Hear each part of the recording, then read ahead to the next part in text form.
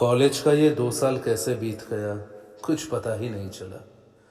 पढ़ाई करते करते खेल कूद और दोस्तों के साथ, और बस ये मेरा आखिरी साल ही बचा हुआ है। इसी का ही प्रिपरेशन चल रहा है। वैसे सुना है कि आज एक नया प्रोफेसर ज्वाइन किया है और वो हमारे इकोनॉमिक्स का टीचर भी है। ऐसे ही क्लास का टाइम हम सब बैठे हुए थे और वो नए प्रोफेसर अंदर आए। वो थोड़े लंबे और पतले किस्म के आदमी थे, आंखों में एक मोटे फ्रेम का चश्मा। अंदर आकर उन्होंने हम सबको ग्रीट किया, हमने भी वही किया। धीरे धीरे हमारा नाम वगैरह पूछने लगे और उसके बाद पढ़ाई स्टार्ट हुआ। वैसे वो इतना बुरा भी नहीं पढ़ाते, हर चीज़ को अच्छे से पढ़ाते हैं। अगर किसी को कुछ समझ में नहीं आया तो वो समझा भी दिए उस दिन। ऐसे ही उनके साथ पढ़ते पढ़ते पूरा 1 हफ्ता कंप्लीट हुआ। ये प्रोफेसर हमें बहुत अच्छा लगने लगा। इनका नाम था प्रोफेसर निरंजन। एक दिन किसी काम के सिलसिले में मैं प्रोफेसर निरंजन के केबिन में गया। सर, मैं कम इन? कौन? Oh, Vikram, please come in. Sir, मुझे आपसे कुछ सजेशंस चाहिए थे वो इस चैप्टर के बारे में। हाँ, जरूर जरूर, बैठो बैठो, बोलो तुम्हें क्या जानना है। सर, वैसे आपका पढ़ाने का स्टाइल इतना अच्छा है कि वैसे हमको ज़रूरत तो पड़ता नहीं कुछ समझने का भी आपसे, और लेकिन फिर भी कभी कभी डाउट्स हो तो आपसे पूछने चले आते हैं। अरे बिल्कुल बेटे, मैं एक टीचर हूँ, तुम लोगों को शिक्षा प्रदान करना ही मेरा धर्म है। और देखते देखते कैसे मैंने 1 हफ्ता बिता लिया मुझे भी पता नहीं चला। ऐसे ही मैंने उनसे सजेशंस वगैरह लिया और उस दिन के बाद से प्रोफेसर निरंजन और हम लोगों में और अच्छे से एक रिश्ता बनने लगा। एक दिन अचानक कॉलेज के बाद मैं देखा कि प्रोफेसर निरंजन भागते हुए उनके घर की तरफ जा रहे थे। सर, सर आप ऐसे भाग क्यों रहे हैं? विक्रम, अभी मैं थोड़ा बिजी हूं, मुझे जल्दी घर जाना होगा। तुम कुछ काम है क्या? नहीं सर, मैं बस। ठीक है, तो कल सुबह मिलेंगे। अरे, आज इन्हें अचानक क्या हो गया? छोड़ो, जाने भी तो, शायद उनका कुछ इमरजेंसी है। मैं यहाँ पे एक मेस में रहता था कुछ दोस्तों के साथ। वैसे कॉलेज ने भी एकोमोडेशन दिया था लेकिन मैंने नहीं लिया। ऐसे ही मैं मेस की तरफ चला गया और घर जाकर पढ़ाई के कुछ काम करने लगा। लेकिन अगले दिन जब मैं कॉलेज आया तो वहाँ पे बहुत सारे लोग इकट्ठा खड़े हुए थे और बहुत सा शोरगुल सब कुछ था वहाँ पे। मैंने पता कि यहाँ पे क्या हुआ। पता चला कि हमारे ही डिपार्टमेंट का, हमारे सेक्शन का ही एक लड़की वर्षा, उसका कल बहुत बेरहमी से खून कर दिया गया है। वर्षा का खून हो गया? कैसे? वर्षा वो लड़की थी जो कॉलेज के एकोमोडेशन में ही रहती थी, गर्ल्स साइड पे। मैं जाकर जब वर्षा का चेहरा देखा, मैं उसे देख ना सका। उसका चेहरा बुरी तरीके से खरोचा गया था, जैसे किसी हिंस्र जानवर ने उसका चेहरा पूरा खरोच दिया है। उसके शरीर पूरा खून से भरा हुआ था। उस पे मानो बहुत जोर से किसी चीज ने या फिर किसी ने बहुत जोर से उस पर अटैक किया होगा। उसके सर से लेकर पांव तक पूरा खून से लथपथ था। किसी को पूछने पे किसी को कोई जवाब नहीं मिला। हमारे डिपार्टमेंट में सबको इंट्रोगेट किया गया लेकिन किसी के पास कोई जवाब नहीं था। सिर्फ एक पियोन ने जवाब दिया कि उन्होंने कल गर्ल साइड के टॉयलेट में किसी की चीख सुना था। शायद वो वर्षा हो सकती थी, लेकिन उसका खून किसने किया ये किसी को पता नहीं चला। मैं दूर से देख रहा था कि प्रोफेसर निरंजन ये सब देख रहे थे, लेकिन वो उस शोरगुल के और उस लोगों के नजदीक नहीं आए और धीरे धीरे वो क्लास के अंदर चले गए। उस दिन से मैंने देखा कि प्रोफेसर निरंजन कुछ सही नहीं थे। वो किसी चीज को लेकर बहुत टेंस्ड रहते थे। एक दिन मैं फिर से एक सजेशन के बहाने उनके पास गया। मैंने पूछा कि सर सर क्या सब कुछ ठीक है? कौन? विक्रम। हाँ सब कुछ ठीक ही है। बताओ तुम्हें क्या कुछ काम चाहिए? तुम्हें कुछ चाहिए क्या? कुछ समझना है? नहीं सर वो। लेकिन एक चीज तब मेरे नजर में आया। मैंने देखा कि प्रोफेसर निरंजन के हाथ पे एक बहुत बड़ा चोट का निशान था। लेकिन पास जाकर जब मैंने देखा, ये किसी चोट का निशान नहीं, ये मानो किसने खुद ही अपने हाथ पे चाकू चलाया होगा। सर सर आपके यहां से खून बह रहा है। वो कुछ नहीं सर। क्या कुछ नहीं सर? फर्स्ट एड दे दीजिए। मैंने तुमसे बोला ना कुछ नहीं हुआ है, सब ठीक है। क्या तुम्हें मुझसे कुछ काम है? अगर नहीं है तो तुम जा सकते हो। Sir why are you behaving like this? मैं आपका स्टूडेंट हूं। मैंने देखा कि आपके हाथ से खून बह रहा था, that's why I am telling you. I have no other intentions. I am sorry. I am sorry कि मैंने तुमसे इस तरीके से बात किया, पर मेरे मामले में बात मत करो। अगर पढ़ाई के सिलसिले में कुछ बात करना है तो करो, या फिर तुम जा सकते हो यहां से। मुझे कुछ समझ में नहीं आया। अगले दिन फिर एक और हादसा हुआ। कॉलेज एकोमोडेशंस के दो और लड़के, लेकिन वो दूसरे डिपार्टमेंट्स के थे, उन दोनों का भी बहुत बेरहमी से कत्ल कर दिया गया, और उसी तरीके से करवाया गया जिस तरीके से वर्षा का खून हुआ था। वही खरोच, वही खून से लथपथ शरीर, इन दोनों के तो चेहरे नजर में ही नहीं आ रहे थे। क्या हो क्या रहा है ये सब? और आज भी मैं देखा कि प्रोफेसर निरंजन दूर से ये सब देख रहे थे, लेकिन वो इन सब के नजदीक नहीं आए। क्या हो रहा था ये कुछ समझ में नहीं आ रहा था। पुलिस कंप्लेन सब कुछ करवाया गया, लेकिन धीरे धीरे किसी को नहीं पता था कि यह हादसे और बड़ा आकार ले लेगी। अगले 10 दिन में करीब 8 खून हो चुके हैं हमारे कॉलेज में। टीवी, मीडिया, न्यूज़पेपर, हर जगह पे ये चीज फैल चुका है, लेकिन अभी भी किसी को ये पता नहीं चला कि ये खून किया किसने। मुझे जितना समझ में आया कि ये किसी इंसान का कर्म नहीं हो सकता। इतनी बेरहमी से खून कोई इंसान कैसे कर सकता है? क्या आसपास में कोई जंगली भेड़िया या कुत्ता हो सकता है? लेकिन डॉक्टर्स ने जांच करके ये बोला कि किसी भी भेड़िए या कुत्ते की दांतों के निशान इन बॉडीज पे नहीं है। तब हम सबको डरने लगा। हम सब डर के हमारे कॉलेज आते थे। कुछ लोग तो कॉलेज आते भी नहीं थे अब। लेकिन प्रोफेसर निरंजन का इन सब से मानो कोई वास्ता ही नहीं था। अगर कोई उनसे इन हादसों के बारे में कुछ पूछता तो वो या तो कोई और बात करने लगते थे, या किसी भी चीज को लेकर इस इशू को टाल देते थे। एक दिन मुझे समझ में नहीं आया कि प्रोफेसर निरंजन इन सब चीजों को ऐसे टाल कैसे सकते हैं। क्या कॉलेज के प्रति कोई रिस्पॉन्सिबिलिटी नहीं है उनका? एक दिन फिर से कोई नोट्स लेने के बहाने में उनके केबिन में गया, लेकिन उस दिन जो मैंने देखा उसके लिए मैं रेडी नहीं था। मैंने देखा कि उनके दोनों हाथों पे खून के बड़े बड़े खरोच हैं, चोट के बड़े बड़े निशान, पैरों में भी चोट के निशान हैं। सर सर ये सब क्या है? सर आपके शरीर में ये सब क्या है? क्या है ये सब? ये कुछ नहीं है, मैं कल सीढ़ियों से नीचे गिर गया था। सर आप सीढ़ियों से नीचे गिर गए थे, लेकिन इस तरीके का चोट आपके पास आया कैसे? सर मुझे समझ में नहीं आ रहा। सर क्या सब कुछ सही है? तुम कहना क्या चाहते हो? मैं सर आपसे यह कहना चाहता हूं कि क्या आप हम लोगों से कुछ छुपा रहे हैं? मैं क्या छुपाऊंगा? मुझे कुछ नहीं छुपाना। अब मुझे कुछ शक सा होने लगा।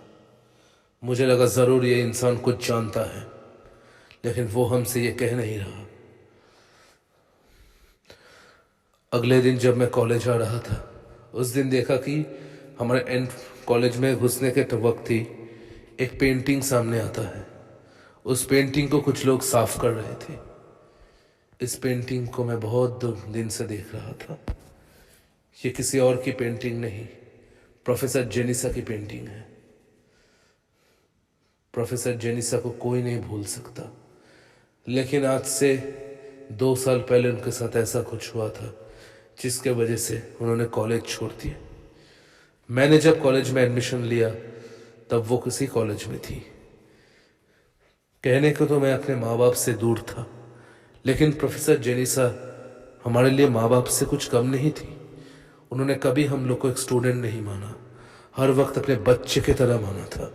बच्चे के जैसा प्यार दिया, पढ़ाया, सब कुछ।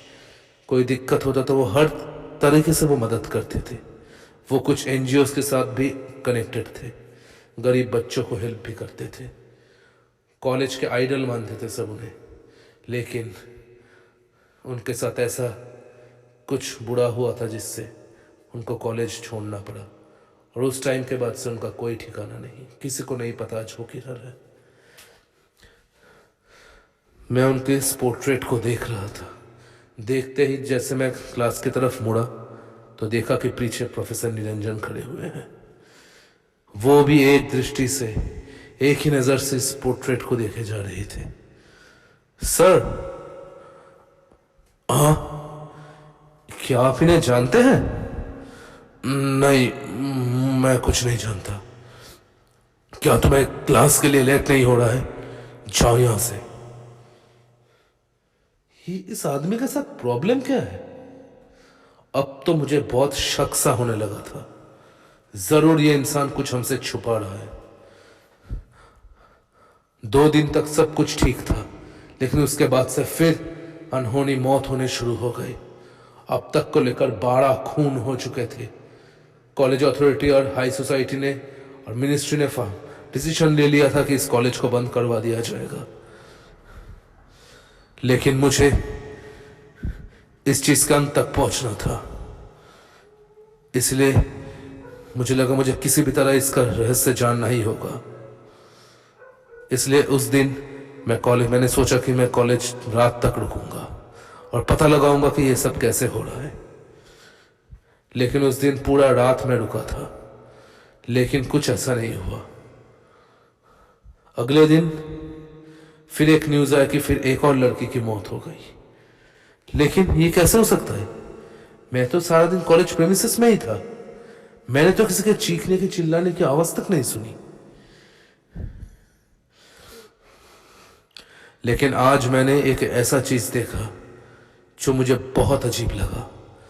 आज मैंने देखा कि एक ही तरीके से, एक ही पोजीशन पे प्रोफेसर निरंजन दूर से सब कुछ देख रहे थे, लेकिन आज उनके चेहरे पे एक शैतानी सी मुस्कुराहट थी, मानो कि इन खून के पीछे शायद उनकी कोई खुशी छुपी हुई है। आज मैं हिम्मत करके प्रोफेसर के केबिन में जाकर सिर्फ एक बात पूछा, सर, क्या आप इन हादसों के बारे में कुछ जानते हैं? क्या? मुझे कैसे पता होगा? What rubbish you are asking me? Sir देखिए, मैं आप पे कोई ब्लेम नहीं दे रहा हूं, लेकिन क्या आप इन हादसों के बारे में कुछ जानते हैं? अगर जानते हैं तो मुझे सच बताइए। मुझे इंट्रोगेट करना बंद करो और जाकर स्टडी करो, और मेरे रास्ते में मत आना। अब मेरा शक यकीन में बदल चुका था। जरूर हो ना हो ये आदमी कुछ ना कुछ तो जानता है। मैंने तय किया कि आज इसके घर तक मैं इसका पीछा करूंगा। सोच के अनुसार मैंने घर तक उनका पीछा किया। वो घर के अंदर चले गए। घर के अंदर जाते ही देखा कि घर के अंदर से थोड़े लाल लाल रोशनी बाहर आ रहे थे। ये सब क्या हो रहा है? मुझे कुछ समझ में नहीं आया। ये लाल रंग की रोशनी क्या है? मैं धीरे धीरे उनके घर के अंदर गया, लेकिन घर में वो नहीं थे। चलते चलते अचानक मैं एक पत्थर की मूर्ति से टकरा गया। और जैसे ही वो मूर्ति हिला, मेरे सामने ही सीढ़ियों के नीचे एक दरवाजा खुल गया। क्या? ये दरवाजा कैसा है? मैंने उस दरवाजे को खोला और देखा कि सीढ़ियां नीचे की तरफ जा रही हैं। नीचे जाने के लिए सीढ़ियां हैं, यानी ये रास्ता किसी अंडरग्राउंड चेम्बर की तरफ जाता होगा। पता चल गया मुझे, ये कुछ ना कुछ तो छुपा रहा है। आज इस चीज को मैं अनकवर करके ही रहूंगा। मैं धीरे धीरे सीढ़ियों से नीचे उतरा। जितना नीचे जा रहा हूं, गर्मी उतना बढ़ता ही जा रहा है। नीचे जाने के बाद देखा कि एक दरवाजा है नीचे। उस दरवाजे को खोलते ही अंदर एक चेम्बर जैसा था।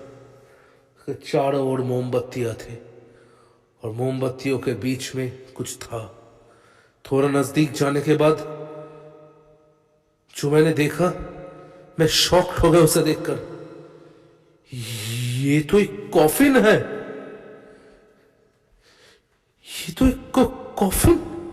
लेकिन प्रोफेसर निरंजन के घर के नीचे एक कॉफिन क्या कर रहा है?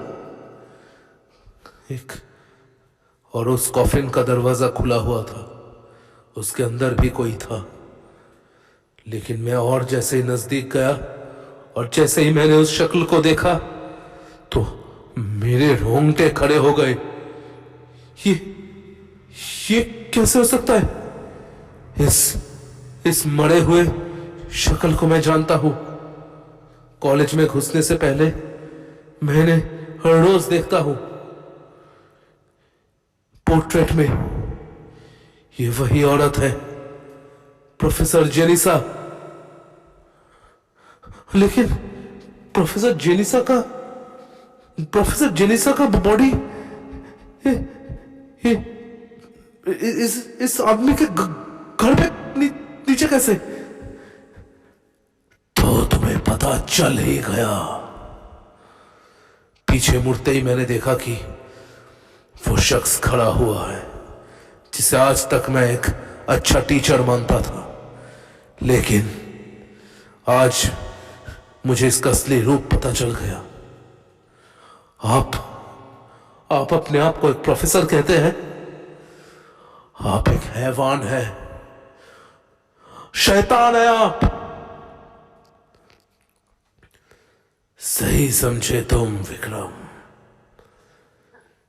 हैवानों से मुक्ति दिलाने के लिए ही तो मैं आया हूं। तुम जानना नहीं चाहोगे, लेकिन जब तुम्हें सब कुछ पता चल ही चुका है तो सुन लो। आज तक जो 12 खून हुए हैं वो सब मैंने ही करवाया था। और मेरा शक अब पूरी तरीके से यकीन में बदल चुका है। ये आदमी एक हत्यारा है। लेकिन प्रोफेसर जेनिसा का बॉडी आपके इस चेम्बर में कैसे? सच बताइए, वरना मैं पुलिस को कॉल करूंगा। यहां एक बार आने के बाद तुम फिर सूर्योदय नहीं देख पाओगे। और किस चीज के लिए इतना नाराज हो तुम विक्रम? जो जेनिसा के साथ अन्याय हुआ था, उसके आगे जो अन्याय मैंने किया है वो कुछ नहीं है। इससे आपको क्या, मेरे को क्या? क्योंकि जेनिसा मेरी वाइफ थी। मैं सुनते ही सुन पड़ गया। क्या? जेनिसा मैडम आपकी वाइफ थी? हाँ, आज से 2 साल पहले वो इस कॉलेज में पढ़ाने आई थी। उस टाइम मैं अपने रिसर्च के काम के लिए बिजी था। बच्चों से उसे बहुत लगाव था।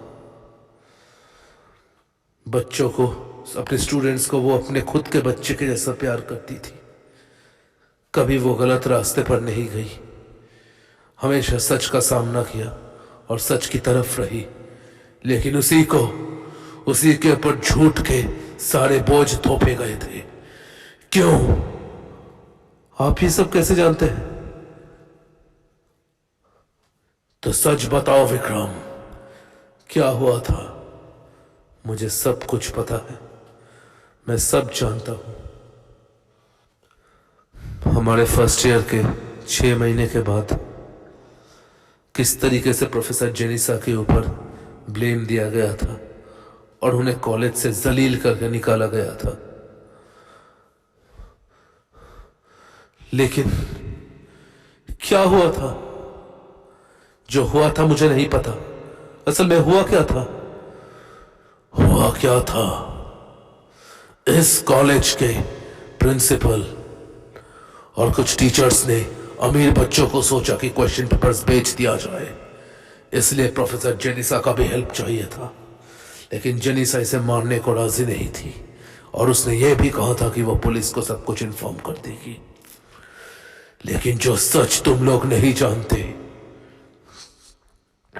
वो ये है कि क्योंकि जेनिसा ने इनकार किया था, इसलिए प्रिंसिपल और टीचर्स ने अपने पावर्स का यूज करके जेनिसा पे ही क्वेश्चन पेपर लीक होने का बदनाम लगा दिया और उसके टीचिंग करियर को रुइन कर दिया। क्या जेनिसा मैडम के साथ ये हुआ था? मुझे पता है, जिस दिन जेनिसा मैम को जलील किया जा रहा था, सारे बच्चे, सारे टीचर्स उनके तरफ थू थू फेंक रहे थे, उनको धुतकार रहे थे, उनकी तरफ कीचड़ फेंक रहे थे। उन्हें कोई हक नहीं था कि स्टूडेंट्स के जिंदगी के साथ वो खिलवाड़ करे। लेकिन अच्छा बनते बनते उनको ये पता नहीं चला कि उन्होंने अपने जिंदगी के साथ खिलवाड़ किया है। लेकिन आप जो ये कर रहे हैं ये सही नहीं है प्रोफेसर। आप उन मासूम बच्चों को क्यों ऐसे मार रहे हैं? कौन मासूम? कौन मासूम है विक्रम? जिन बच्चों को जेनिसा ने अपने बच्चे के जैसा प्यार दिया, जिन बच्चों को असली शिक्षा दिया, जिन बच्चों के हर मुसीबत में वो साथ खड़ी रही, उस दिन उन्हीं बच्चों ने उसको चोर कहा था, उन्हीं बच्चों ने उनको धोखेबाज कहा था। क्या वो गलत नहीं था? लेकिन मैं आपको ऐसा नहीं करने दूंगा। तुम घबराओ मत, मैं ऐसा कुछ नहीं करूंगा। जरा पीछे तो देखो। मैंने देखा कि जेनिसा मैडम की डेड बॉडी अब धीरे धीरे ऊपर उठ रही थी। उसने अपने सफेद आंखें खोली, अपने बड़े से दांत लेकर मेरी तरफ बढ़ने लगे, अपने बड़े नाखून जैसे हाथ को लेकर मेरे तरफ अटैक करने आए। मैडम, मैं आपका स्टूडेंट था। कुछ नहीं होगा विक्रम, तुम ये सच जान चुके हो। ये जो खरोच तुम देख रहे हो ना, ये मैंने ही किया है। और मैंने नहीं, जेनिसा की इस प्रेत आत्मा ने खुद उन बच्चों को मौत के घाट उतारा है। मैं उसे खून अपना देता रहूंगा तब तक जब तक इस कॉलेज का मैं खात्मा ना कर दूं। मुझे कुछ समझ में नहीं आ रहा था, मैं क्या करूं? अब मैं क्या करूं? वो मृत शरीर मेरे तरफ आगे बढ़ रही थी। उसके पैर उल्टे थे, उसके हाथ शैतान के हाथ थे और उसकी आंखें पूरे सफेद थे और लंबे लंबे दांत। उसके जले हुए बाल, सफेद बाल हवा में उड़ रहे थे। मुझे छोड़ दीजिए, मुझे छोड़ दीजिए। ऐसे ही मैं भगवान का नाम लेने लगा। अगर कोई मुझे बचा सकता है तो प्लीज मुझे बचाओ, मुझे बचाइए प्रभु, प्रभु मुझे बचाइए। मैं दिल से ऐसे ही बोल रहा था। लेकिन तभी अचानक एक पत्थर का टुकड़ा आकर प्रोफेसर निरंजन के शरीर पर लगा।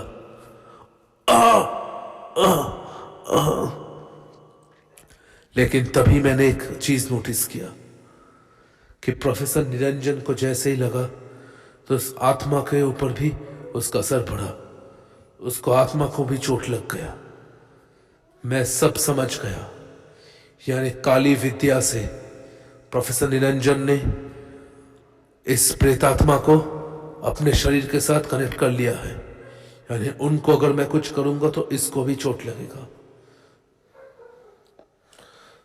प्रोफेसर, मैं मानता हूं कि आपके वाइफ के साथ इनजस्टिस हुआ था, लेकिन आपने जो किया है वो भी कोई सही रास्ता नहीं है।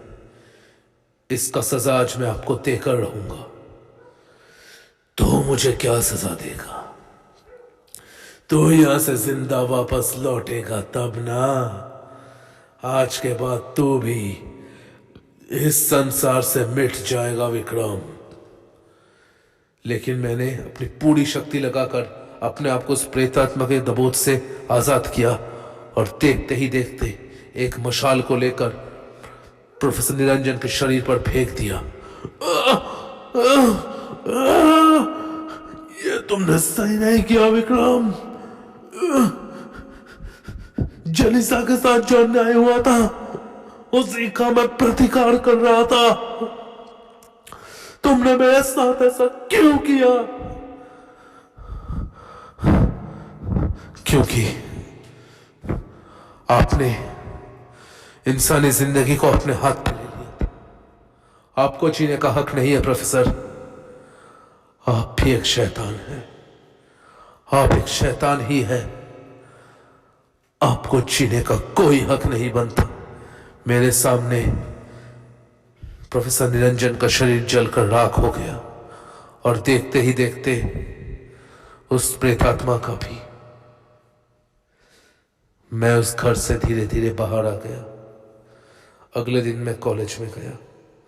जो सब भी बीता सब कुछ मैंने प्रिंसिपल को बोला और धीरे धीरे ये मीडिया के पास भी न्यूज़ चला गया। देखते ही देखते उस पिछले प्रिंसिपल को जिसने जेनिसा मैडम के साथ इनजस्टिस किया था उसको और उन टीचर्स को भी पकड़ लिया गया। शायद मैं जेनिसा मैम को जस्टिस दिला पाया और उन सबको फांसी को लिए सेंटेंस कर दिया गया। उस दिन रात को मुझे वो सपना आया जो शायद मुझे जिंदगी में कभी नहीं आएगा। मेरे सपने में प्रोफेसर निरंजन और जेनिसा मैम आई। विक्रम,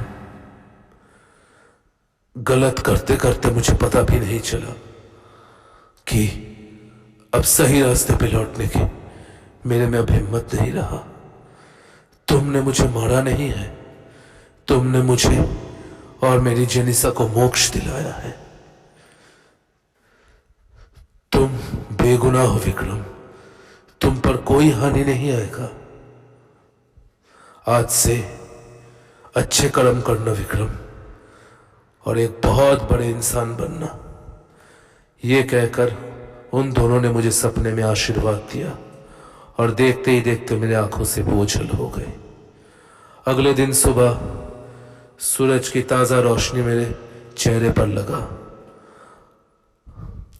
मैं तैयार था अपने आने वाले कल के लिए। अपने आने वाले कल को फेस करने के लिए अब मैं तैयार था। हे गाइस, स्टोरी पसंद आया हो तो प्लीज चैनल को सब्सक्राइब कर दीजिए, रेड कलर का बटन प्रेस कर दीजिए और ज़्यादा से ज़्यादा लाइक कीजिए, कमेंट कीजिए। और जैसा मैंने पहले कहा था, अगर आप लोगों के पास कोई भी स्टोरी का कंटेंट हो, सब्जेक्ट हो या टाइटल कुछ भी हो तो आप हमें शेयर कर सकते हैं। ये है हमारे इंस्टा की आईडी और इंस्टा की लिंक डिस्क्रिप्शन बॉक्स में दिया जाएगा। और हमारा एक न्यू मेल आईडी भी है, bhutbhaiya1997@gmail.com। इसमें भी अगर आप चाहे तो आप हमारे साथ सब्जेक्ट्स और अपने कॉन्सेप्ट्स को शेयर कर सकते हैं और हम कोशिश करेंगे कि उसी टॉपिक के ऊपर कोई एक नया स्टोरी बनाया जाए। सो बहुत जल्दी मिलेंगे आप लोग के साथ एक अगले स्टोरी में। तब तक के लिए बाय बाय।